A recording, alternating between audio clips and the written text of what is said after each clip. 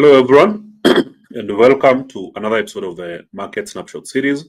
My name is Rufus Kamau, Markets Analyst at FX Pesa. So today, we are going to have a very interesting session where we'll be talking about the top current events that are currently happening in the markets, what is moving, which assets, try to understand the key market trends. And once we understand that, we'll do some technical analysis. And after that, hopefully everyone will trade from an informed perspective. So as always, remember, this session is not investment advice. It's not a recommendation to trade. So you should always do your own due diligence. So among the key topic highlights for the day is that the main event for the day will be the Canadian CPI, which is a measure of inflation in Canada. Then we'll be looking at the current strong rallies happening across various asset classes. One of them being gold. We'll also be looking at Nasdaq, EuroSTOXX, the DAX, as well as the French CAC 40 index. So from the comment section, I can see people already joining. Good morning, Lucy, Maureen, Charles. I can see Ibzan, FX, as well as Wangari Patrick. Thank you guys for joining. Let's get this started. So among the key highlights in the markets as of this morning, as you can see, we had data coming in from the UK at 10 a.m., where the UK wage growth accelerated higher. So the average weekly earnings, excluding bonuses in the UK, increased by 5.9% year over year in the last 3 months of 2024, or basically in the fourth quarter of last year. So the most since the 3 months to April, and up from 5.6% in the previous period. So aligning with the forecasts. So whenever you see wage growth increasing, it means that the average salary or income of the average household in the UK has been increasing over the past 1 year. And when you compare this with the level of inflation, it means that people's income have been growing. And as a result, you tend to see these having an effect of increased inflationary pressure within the economy. So if you think about it literally, if let's say a majority of Kenyan households are earning more than they were earning a year ago, and the rate of inflation is much slower than that, it means that people have more money. And when people have more money, they tend to do either of two things. They will consume more by purchasing goods and services, or they will invest more. So as a result, when you have more money chasing after the same goods and services, it leads to an increase in prices. So in this case, an overall expectation of an increase in inflation in the UK economy. So among other highlights, early this morning, we had Australia cutting rates for the first time since 2020, or basically in 4 years. So the Reserve Bank of Australia slashed interest rates by 25 basis points, down to 4.1%. And this was largely expected news in the markets. So it was almost priced in. So European markets set for positive open. Clearly, we have seen some very positive market performance since Trump started talking about negotiating a peace deal between Russia and Ukraine. So with this and the expectation of a resumption to normalcy within the Eurozone, we have seen European stocks doing really well, and a majority of the stock market indices in Europe are basically hitting new all-time highs. So China stocks fall on profit taking. So we had Chinese stocks falling at market open, but later on there was a very strong rally. So if you look at the Hong Kong index as well as the China A50 index, both of them have been doing really well, especially as we entered the Tokyo session. So dollar rises on hawkish Fed remarks. So the dollar index rose to around 107 on Tuesday, reversing a 3-day decline as the Fed Reserve officials signaled that the central bank could refrain from rushing to cut interest rates. So oil also continues to extend gains, with WTI, or the West Texas Intermediate that we call US oil, rising to around $71.5 per barrel. Canada housing starts increase less than expected. So this is as per yesterday, with a 3% increase month over month, amounting to 239,739 units. So fast forward on the economic calendar, this is what we are looking at. So I'll try and update this one. So as of this morning, this is the RBA decision. So we expected 4.1%. That's what we got. So first rate cut in 4 years. Then for the UK, the claimant count change or unemployment claims were up 22.0K. And this was much bigger, more than double the expectation, meaning that the unemployment situation was getting worse. But then the average earnings for the people who are employed were up to 6.0%, much higher than the previous reading of 5.5%, which was a revision from 5.6%. So the unemployment rate remained stable at 4.4%, beating expectations of 4.5%. Then we had the French CPI coming in at 0.2%, a slight increase compared to the previous number where we had a drop in prices of negative 0.1%. So going forward for the rest of the day, we'll be looking at 12:30 p.m. a speech from Bank of England Governor Bailey. Then later on, the main event of the day will be the Canadian CPI, where we're expecting a 0.1% increase in the basket of consumer goods and services compared to the previous month where the price of that basket had gone down. So in this case, indicating a slight uptick in inflation. Of course, for median CPI, we're expecting an increase to 2.5% year over year, up from 2.4%. And for the trimmed CPI, which is the Bank of Canada's favorite measure of inflation, we are expecting an increase to 2.6%, up from the previous reading of 2.5%. So one key thing to notice is that whenever you see inflation rising again, then this forces central banks to hold their hands and stop this activity of cutting interest rates. So we might be seeing this playing out in the day. And if there is an uptick of inflation, especially if trimmed CPI moved, let's say, to 2.6% or higher, then that would fuel bets that the Bank of Canada would hold rates steady or even consider hiking. And as a result, that should be positive for the dollar. On the other hand, a drop in inflation gives the central bank more allowance to continue cutting rates. And in that case, it would be negative for the Canadian dollar.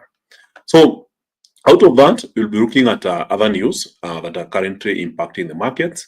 So I'll try and find a quick summary of some of the top highlights for the day. So one of them, Elon Musk denies US government's possible $400 million deal to buy Musk's Tesla Cybertrucks. So this has been a major point of contention in the markets, mainly because Tesla's Cybertrucks have shown resilience. They are really good trucks, and there has been a potential that the Department of Defense in the US would contract Tesla to supply some of these vehicles to them. So the State Department removed mention this week of Elon Musk's Tesla in a potential $400 million contract to buy armored Cybertruck vehicles. And though the billionaire denied the federal government planned to spend that much on his electric vehicles, and the State Department says the inquiry was made before President Donald Trump took office, it comes as questions swell about conflicts of interest involving Musk's high-profile White House role and his expansive private company portfolio. So, well, we all know that there's a good chance, a very strong likelihood that the Department of Defense really wanted to get some of these trucks in their portfolio so that they can use in their various operations. But then, now that Elon Musk is leading the Department of Government Efficiency, or DOGE, the department that investigated USAID, recommending that the entire agency be closed down. Now it might appear that Elon Musk is being rewarded with some of these contracts, so it raises a point of contention. However, it seems more likely that the DoD will still go for this and likely fuel a very strong rally in Tesla shares. So outside of that, we also have the big news happening with MicroStrategy shares, the company that was later renamed to Strategy by Michael Saylor. So JP Morgan on Sunday announced that the bank acquired $100 million worth of MicroStrategy shares, signaling institutional FOMO, or fear of missing out. So this is not just the only news affecting the stock. There is more positive news for the stock. Carl STRS Pension Fund reports holding $83 million in MicroStrategy shares, and this was also reported on February 16th, which was still on Sunday.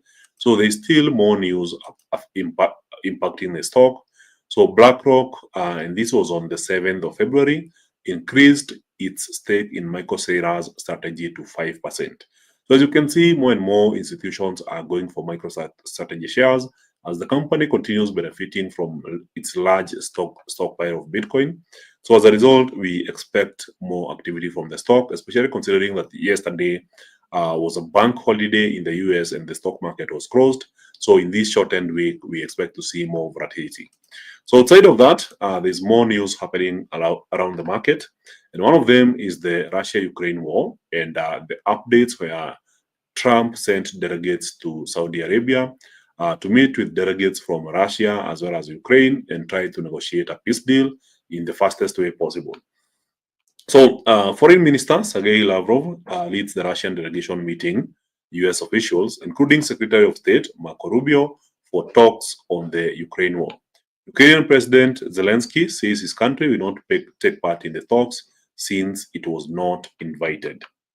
So it is not Trump that betrayed Ukraine. Trump did not stop the war in Ukraine within 24 hours of his inauguration, as he promised during the election campaign last year. But 3 weeks into his presidency, things got moving in that direction at a breakneck speed. He spoke to Putin and then posted on Truth Social that they agreed to work together in order to stop millions of deaths taking place in the Russia-Ukraine war. So this was followed by the announcement of a possible summit between the two in Saudi Arabia. So the Trump administration has effectively struck down the US-Ukraine Charter on Strategic Partnership, which laid out mutual commitment to territorial integrity and inviolability of borders and identified Ukraine's integration into Euro-Atlantic institutions, NATO and European Union as a priority policy goal. So in this case, those negotiations are fueling the potential that Trump will meet his promise. And if he meets his promise and there's peace in Ukraine, then that would mean that we start seeing strong recovery in the Eurozone, especially in Eurozone shares. So that sentiment is already driving European equities higher. So we expect to see more of the same for the rest of the week. So European shares score record highs on Ukraine peace hopes. So trying to highlight this. European futures hit record peaks on Tuesday as defense stocks soared on expectations of a spending bump, while Hong Kong shares were on the verge of 3-year highs as investors cheered business leaders meeting with President Xi Jinping. So Australia's central bank began its rate cutting cycle as expected, and the Australian dollar found support at 0.6350 as the cut came with caution on further easing. So SP 500 futures were up 0.2%, European futures 0.1%, whereas Japan's Nikkei 225 index rose 0.5%, with bank and defense-related shares taking their cues from Europe's rally. So on Monday, the Pan-European STOXX 600 index crossed 0.5% higher as a gauge of defense and aerospace stocks surged 4.6% to lifetime peaks, having already more than doubled in value since Russia invaded Ukraine 3 years ago. So clearly, we are seeing a very strong positive response to this. So we should be expecting to see more of the same as we continue with the week. So on the China rally, US markets reopened later on Tuesday following a holiday. In China, markets have been buoyed by Monday's rare meeting between Xi and business leaders. Hong Kong's Hang Seng touched its highest since October, and an index of tech shares hit a 3-year high before some selling kicked in. So the tech index is up more than 25% for the year to date, turbocharged by gains in artificial intelligence stocks. So clearly, after China releasing the DeepSeek AI to the world, we have seen investors flocking towards China, and this has led to a very strong rally.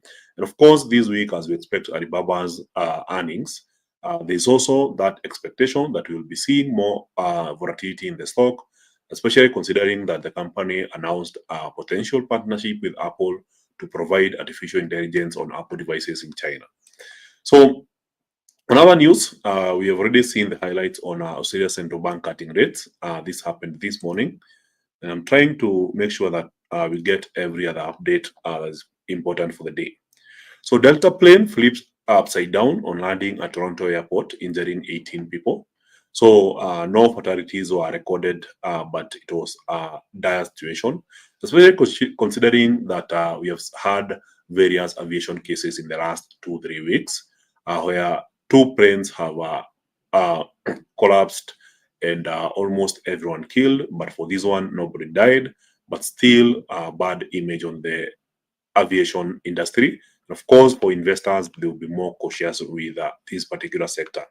So a Delta Airlines regional jet flipped upside down upon landing at Canada's Toronto Pearson Airport on Monday amid windy weather following a snowstorm, injuring 18 of the 80 people on board, officials said.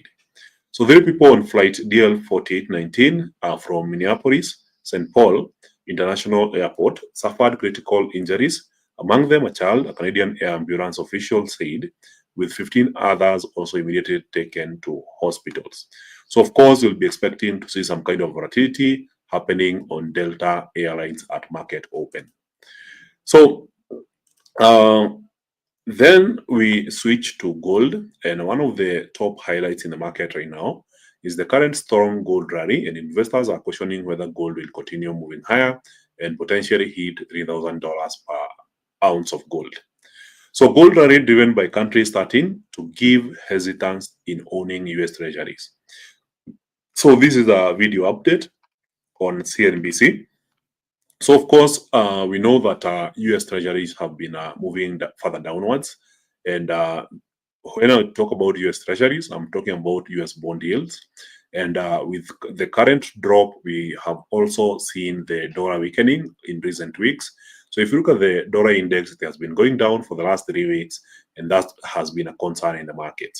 So currently, given that Trump is advocating for policies that bring in volatility in the market and policies where he's really pushing the central bank to continue cutting rates, this has not happened yet, especially considering the uptick in inflation. However, given that a majority of the world owes external debts denominated in the dollar, if the dollar continues strengthening, that might be a big challenge in the market. And the challenge basically means that a lot of central banks will be taking caution in gold. So given this information, we have seen record purchases of gold, especially from the People's Bank of China. Also, the Reserve Bank of India has also been buying record amounts of gold. And of course, we have the migration, where a lot of traders and investors have been moving their gold from London to the US, mainly due to fears and anticipations that Trump could potentially implement tariffs on the UK and make it very expensive to move gold from the UK to the US.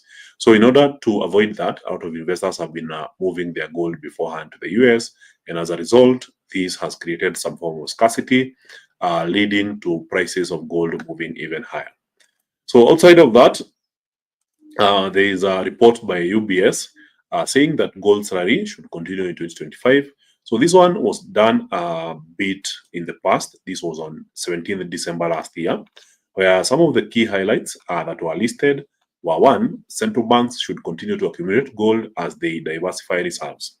So the latest International Monetary Fund data showed that global central banks' net gold purchases in October rose to the highest monthly level this year.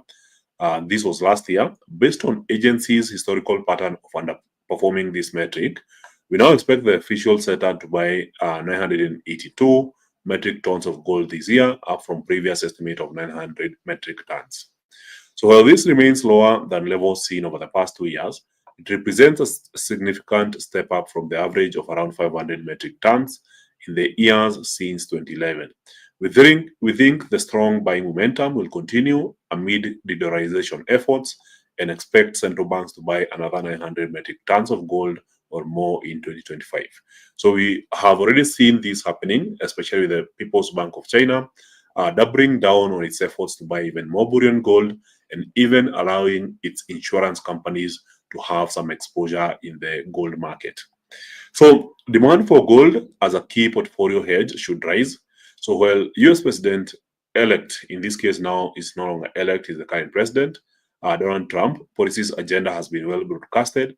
Uncertainty remains on what will be implemented from fiscal, trade, and geopolitical standpoints, especially given his transactional approach.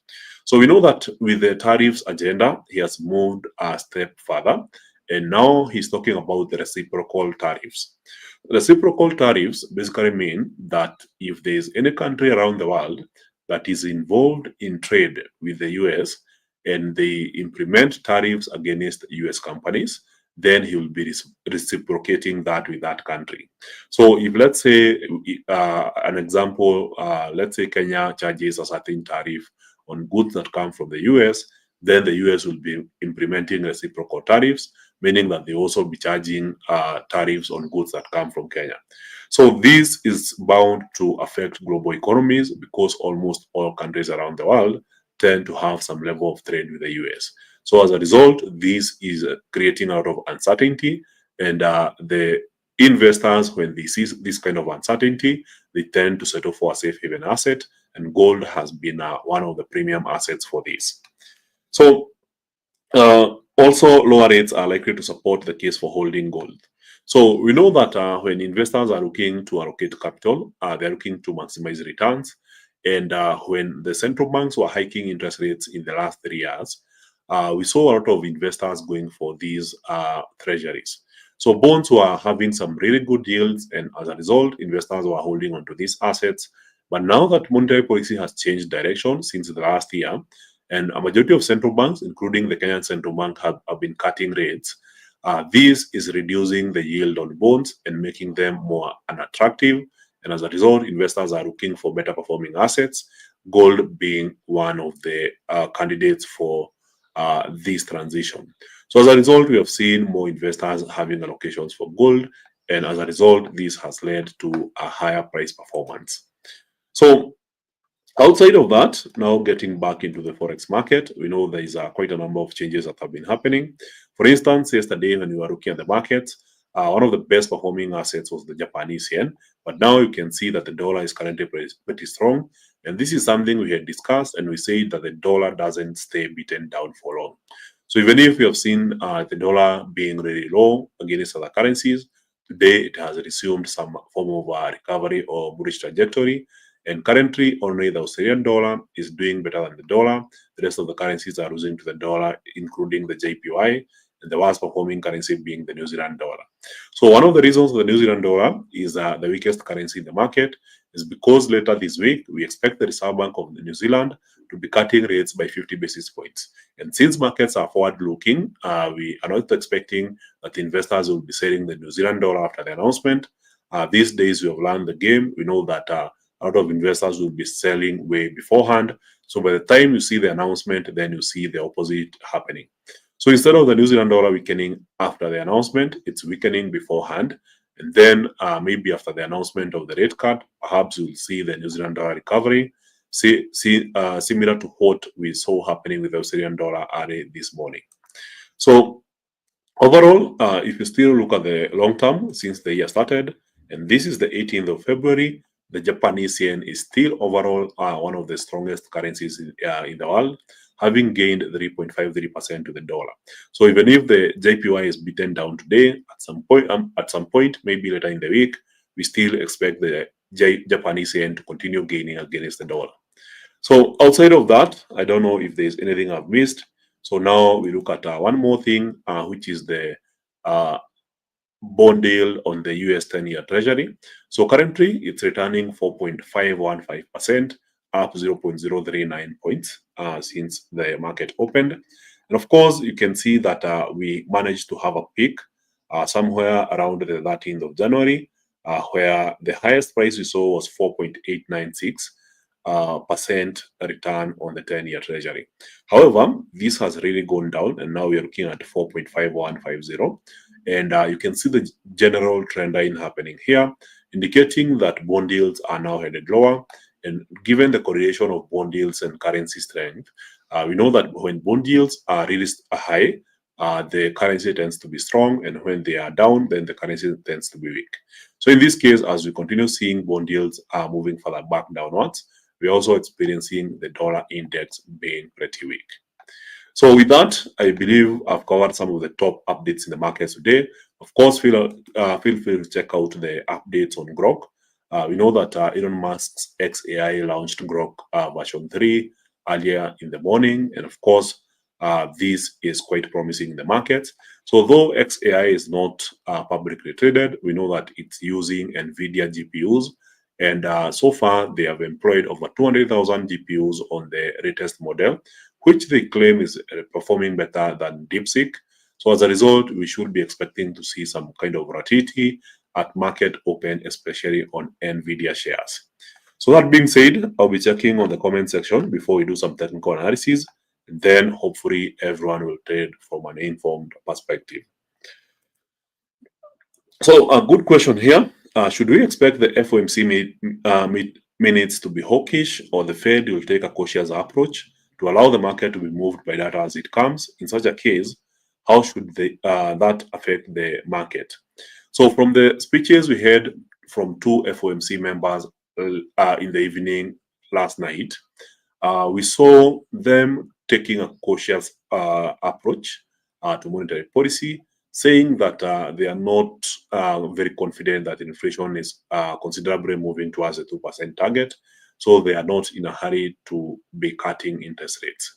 So as a result, from the commentary that we saw yesterday, this morning we have seen the dollar index recovering. So the FOMC meeting minutes basically give final details of the discussions that happened in the previous meeting.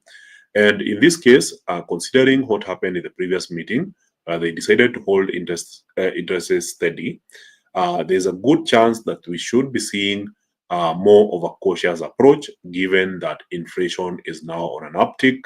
And with inflation moving to, I would say, 18-month high in the US, then there's that good chance that Fed will continue holding rates higher for longer. And as a result, this could basically imply that we continue seeing the dollar index being strong, way stronger than other currencies. So for now, we are seeing some form of dollar weakness, but it may not hold for long. So one key thing to observe is this section here. So this is on Forex Factory. And as you can see, for the major currencies, if you look at their interest rates from their central banks, the UK still holds one of the highest interest rates at 4.5%, whereas the US is also having that range of between 4.25 and 4.5%. So still one of the highest interest rates in the market. So if the dollar has the highest interest rates and highest return on treasuries, then that might mean that the dollar remains strong. So if you look at other central banks, for instance, in New Zealand, 4.25%, we are expecting a 50 basis point cut later this week. So this could take it to 3.75%. So Reserve Bank of Australia cut to 4.1% this morning. Canada already made several cuts and held at 3%. The Eurozone is at 2.9%, Switzerland at 0.5%, and Japan is moving to the upper side. While all these other central banks are cutting, Japan is hiking and currently is holding at 0.5%. So in this case, well, for Japan, it's a bullish case. These other currencies are cutting interest rates. So if the Fed decides to hold rates at the current level, then we expect a strong rally in the dollar against other currencies where their interest rates are much lower. So I'm still checking on the comment section. So a good question, from your experience trading, as a day trader, how many pips realistically can I target for profit day trading? So it really depends on what asset you're trading. Like for instance, if you look at gold and the volatility it tends to present in the markets, gold can move 100, 200, 300, 400, even 500 pips in a day. So whereas if you're looking at slow moving assets like EuroUSD, you notice it moves at most 40, 50 pips in a day. So it really depends on the asset that you're trading. If you go for volatile assets, then you'll experience the potential of the market giving you some good number of pips. Then also on the losing side, you also tend to lose more. So it really depends on the asset you are trading, and of course, the opportunity that is available in the markets. So if the opportunity is good, you can target more. If it's a slight opportunity, then you target less. So the way I tend to think about it is more like taking the low-hanging fruit. So if the market gives you a really good opportunity, take it. And once it gets to your predetermined potential exit level, get out and wait for the next opportunity. So not every opportunity will be the same. So today's opportunity might be different from tomorrow, especially if you are looking at the markets yesterday, then you probably noticed what was happening because it was a public holiday. A majority of the markets were moving sideways.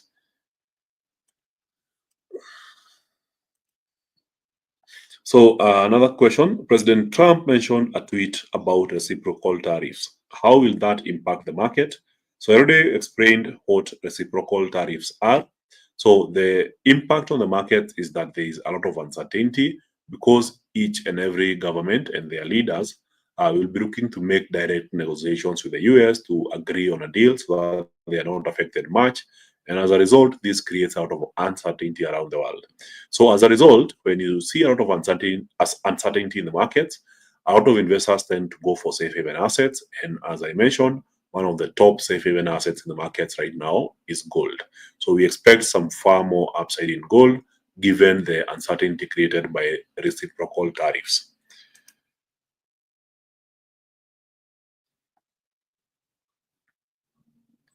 So high price simply for new traders like us, best moves to make while trading and which ones exactly. So we'll be looking at that in technical analysis.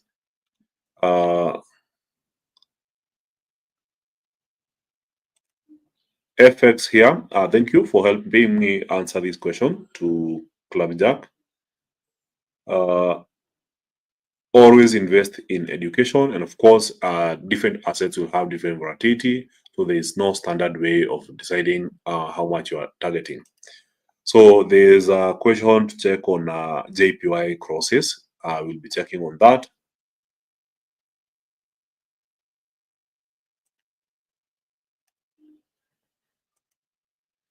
So also some good comment here. Hello Rufus, thanks a lot, both of you, and Robert. 3.5 years now in trading. I'm on a trade in CAD JPY. I'll be waiting for you to talk about it. Thanks. Awesome. So let's get to some technical analysis and try to understand what are the prevailing patterns.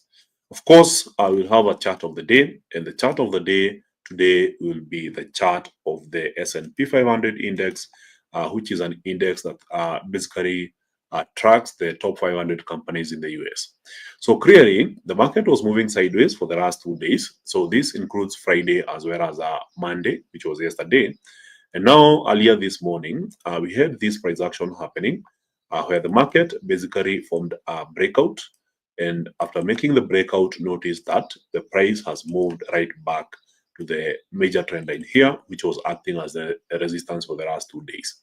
So as we all know, this can be a very common book pattern where the market makes a breakout, a retest, followed by a continuation. So you'll be looking to test this theory to see if the market goes for further upside momentum. So from a daily time frame, it basically shows you that today's price action formed a new all-time high.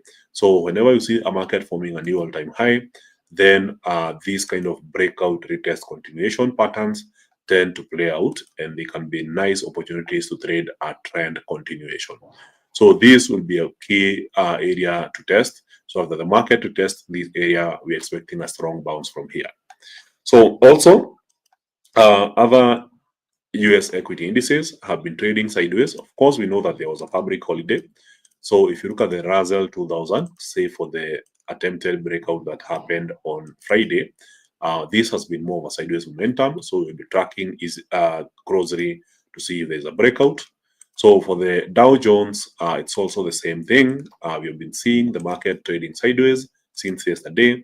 So of course, some potential breakouts could be happening at the open today.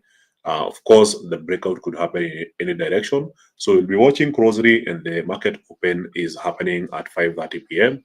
So make sure to check out these asset classes. So as for the Nasdaq, it literally hit a new all-time high earlier this morning. So we were expecting something of similar sort. So having seen the market move higher, I'll try to show you this was the previous high, and we marked it with a trend line here, the horizontal line. So once the market got to this horizontal line, it broke, pulled back, and continued, which is a theme that I talked about in the SP 500. So after the market made a breakout, notice how it eventually came back here, and we expected a bounce from there. So while we were doing the analysis yesterday, we talked about this break, the market getting back to the trend line, and then bouncing from there. So it did not happen immediately. The market was a bit sluggish yesterday because it was a holiday. But then it's still the same idea that the market got back here. And then after getting back here, notice how it made a strong bounce and went for a new all-time high today. So we expect to see a similar kind of price action today, with the market reaching into even further heights, given the positive momentum we have been seeing with US equities. So the Nasdaq will likely even push further and form a new high compared to the high that we have just seen at the beginning of the London session. So Brent oil is something we talked about yesterday. We mentioned that this area here has been acting as support for quite a period now. So the first time it happened here was on the 4th of February.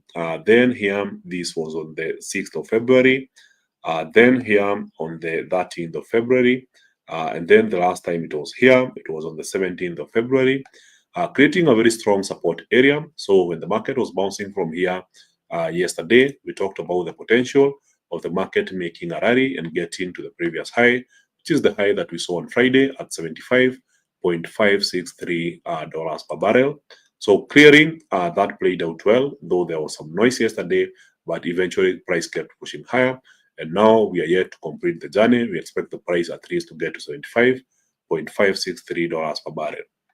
So as for gold, we talked about this. So we talked about the potential of the market having some form of weakness after creating this kind of double top formation yesterday. So once we talked about the double top formation and the break of the lower trend line had been holding for quite a while now. This showed some weakness in the trend. So in such a case, there's two cases here where on one side the market breaks out, retests and continues. So we said that this is a theory that we are yet to test out.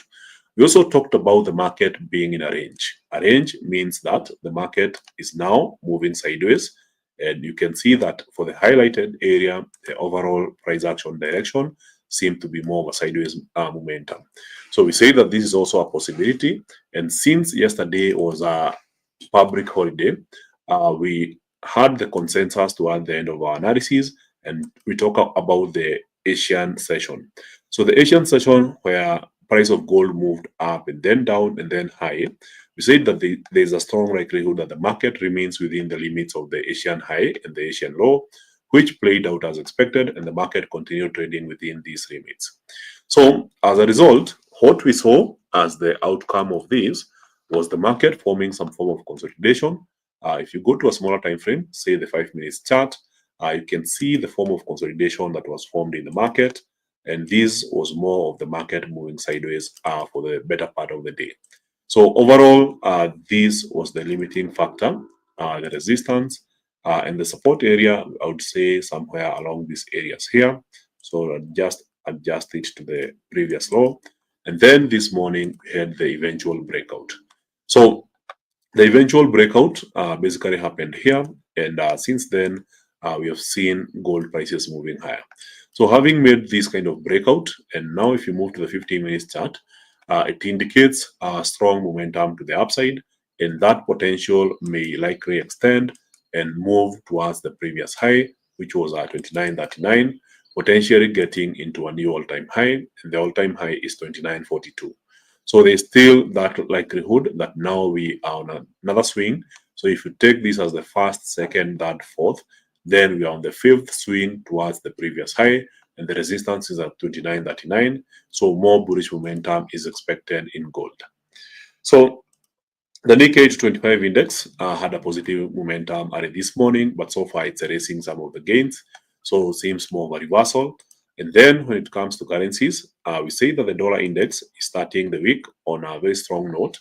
However, if you look at the price action this morning, there was a big jump in the dollar index, kept going up, got to this particular trend line, and now the current cycle seems to be back to the lower trend line. So we are seeing the market being stuck in this kind of formation. So early morning bullish momentum and now bearish momentum.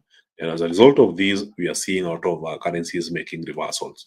So while the dollar was gaining against the yen, and the yen has been one of the strongest currencies in the market, now we are expecting the market to be moving further back downwards. So the overall expectation for the day is that the dollar continues weakening, given the US Treasury situation. And as a result, we continue seeing some of this reversal playing out for the day. So now we expect the yen to continue strengthening to the dollar and potentially hit 150.955, which was the original target that we had set last week. However, the lowest price we got was here yesterday, some further push. And then today we started with a bullish momentum, and now we are resuming the bearish momentum. So from the forward chart, this is how it still looks like. So still more of a bearish momentum market, and of course, we are yet to retest the lowest price level that we saw in the last 2 weeks. So for AUD-USD, we know that the Australian dollar really attempted to move higher, then pulled back towards yesterday evening, and then this morning we are seeing the Australian dollar making some further upside momentum against the dollar. So in this case, if you look at the 1 hour chart as well as the 15-minute chart, it's more likely that the Australian dollar will be retesting these levels, then potentially moving further back downwards.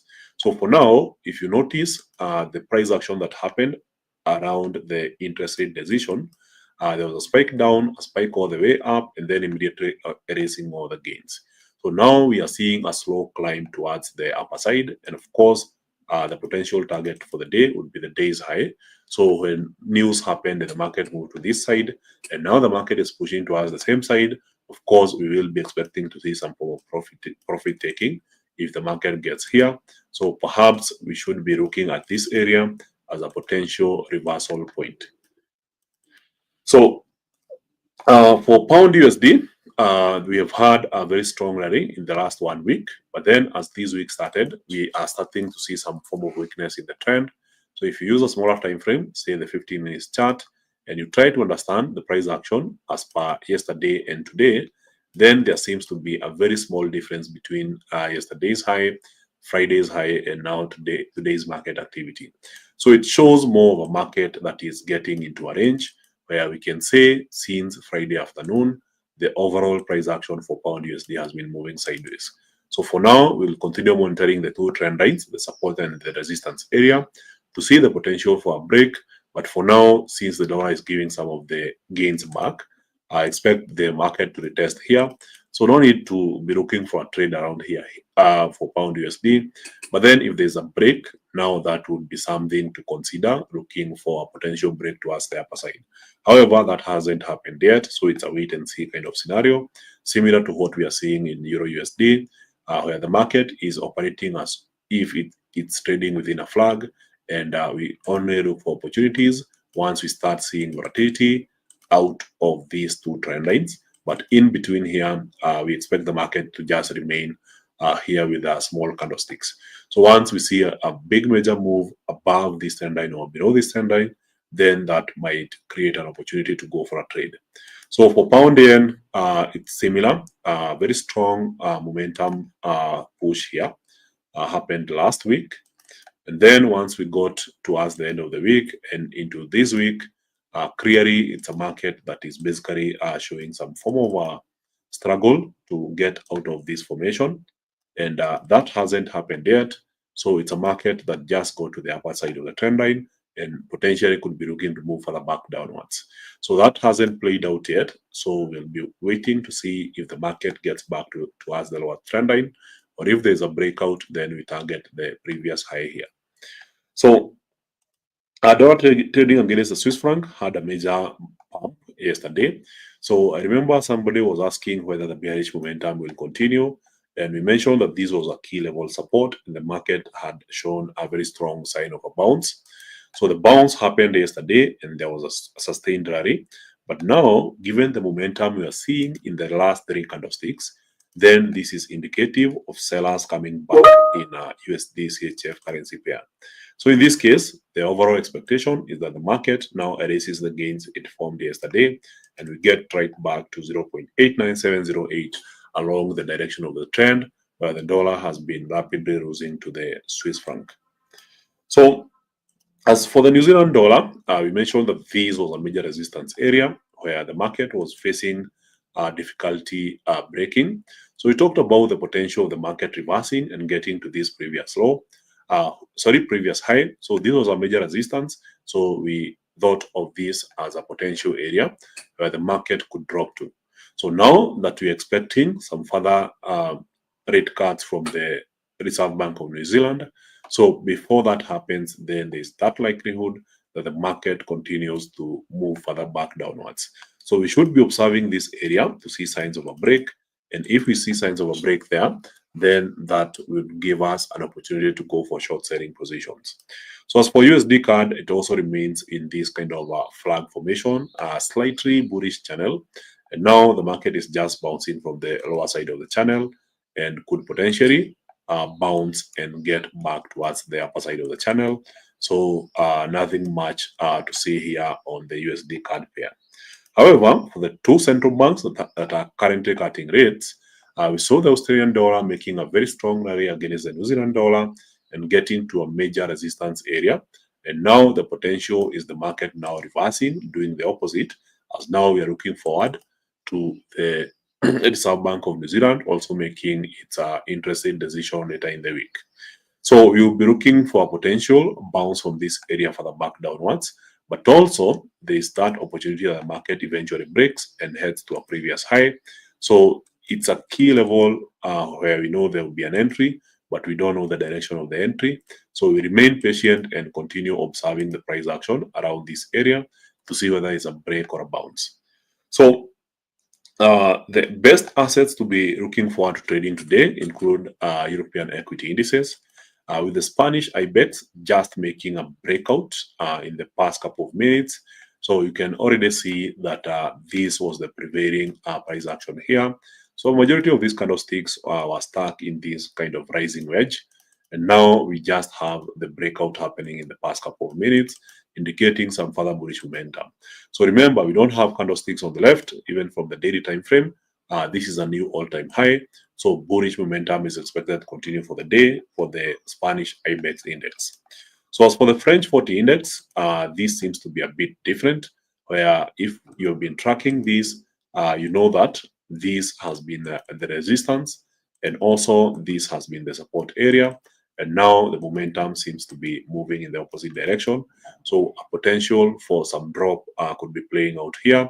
Though overall, if you look at the daily time frame, it's a very strong momentum towards the upside. We haven't hit a new all-time high yet. So perhaps a pullback is within order to present us with more opportunities to buy. So that hasn't happened yet. So for now, it seems like the market is breaking towards the lower side. So the Hang Seng index is really moving higher. So from this weekly time frame, it shows you that we are almost breaking above a 2-year high.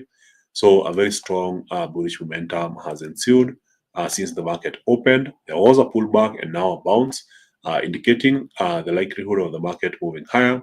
So given what we are seeing on the 1 hour, 4 hour, and the daily time frame, there's a good chance that the market could eventually reach this area here and retest the previous year's high that we saw in September at 23,260. So more likely that the market continues pushing higher and getting to this level. So as for the China A50 cash index, we had a major resistance area here, which was broken and retested. So it's a key theme that we keep on talking about. So in this case, our trend line is right here. So the market broke above this area yesterday, pulled back to the breakout area, and then bounced strongly. And then another pullback has just happened, and the market has rejected that level, indicating that we are now on a potential where the market pushes back higher to retest previous high and perhaps even move higher. So my favorite for the day will be the German DAX, which has been on a very good bullish trajectory. So we talked about this yesterday, with this being the breakout here, and the market accelerating to form a new all-time high. So since we got to that all-time high, this morning we haven't had much of volatility, but now we are seeing bears coming into the market. Notice the size of the candlesticks and the market pulling back downwards. So the market is selling right from a new all-time high, and from the 1 hour candlestick, you can see it's a high volume candlestick, indicating more likelihood of some further downside pressure. However, the play here is to continue trading in the direction of the trend. So even if we see some form of pullback, the idea is to wait for the pullback and look for bullish opportunities in the German DAX. So that's it for the day. Don't know if I missed anything. Audi card really struggling here after forming a new high here. Notice that we already tested that level. So the market found resistance here yesterday, pulled back, came back, retested the same area, still failed to break, which indicates a very strong sell wall. And with a very strong sell wall, you expect the market to take the opposite direction, in this case, moving further back downwards to around 0.9. So I'm still checking on the comment section to see if there's anything I missed.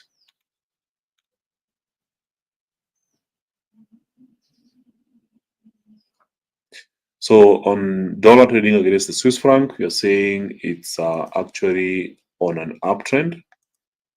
Where is that? Just give me a sec.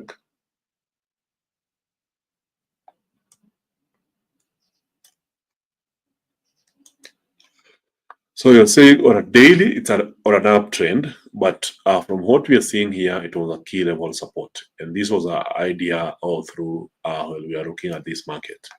So this was a key level support. The market attempted to bounce and kept going downwards. So in this case, think about it this way. This was a key level resistance. The uptrend moved from this point all the way up to resistance, and once the market got there, it only retested that area once. So after getting to this area, pulled back downwards, and then all the way up. So in this case, we had a double top kind of formation, and the market went back towards the neckline.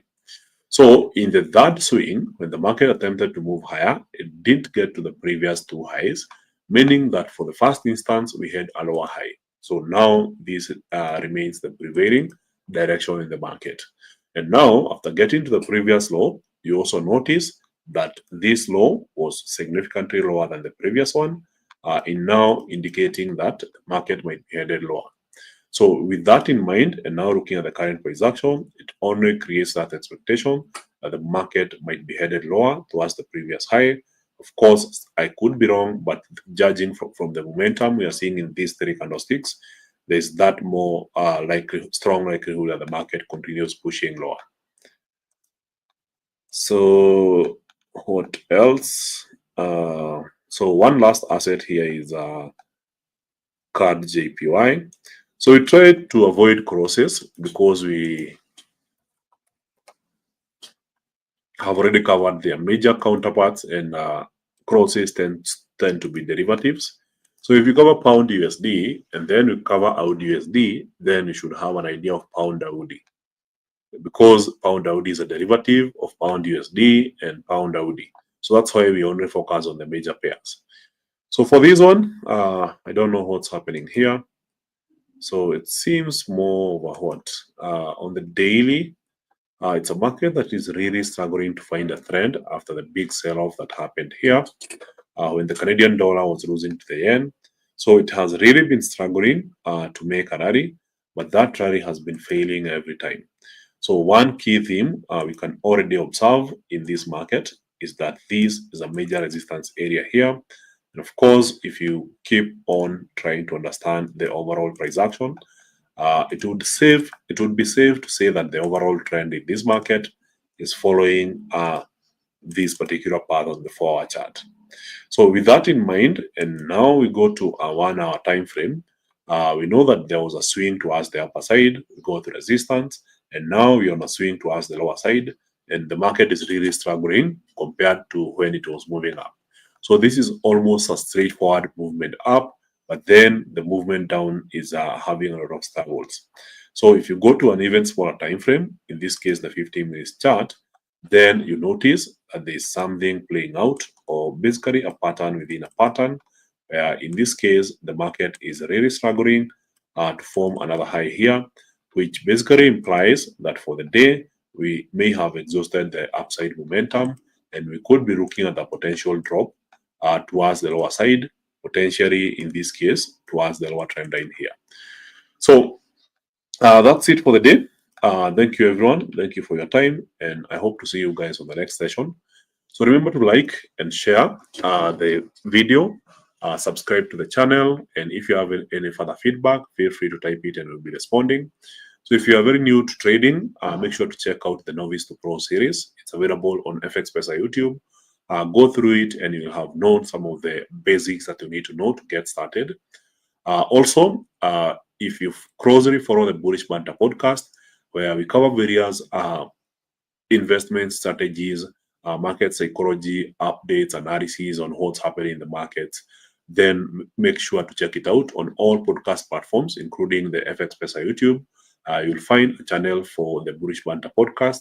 And of course, if you are looking to start your trading today, check the links in the description below to register for a trading account.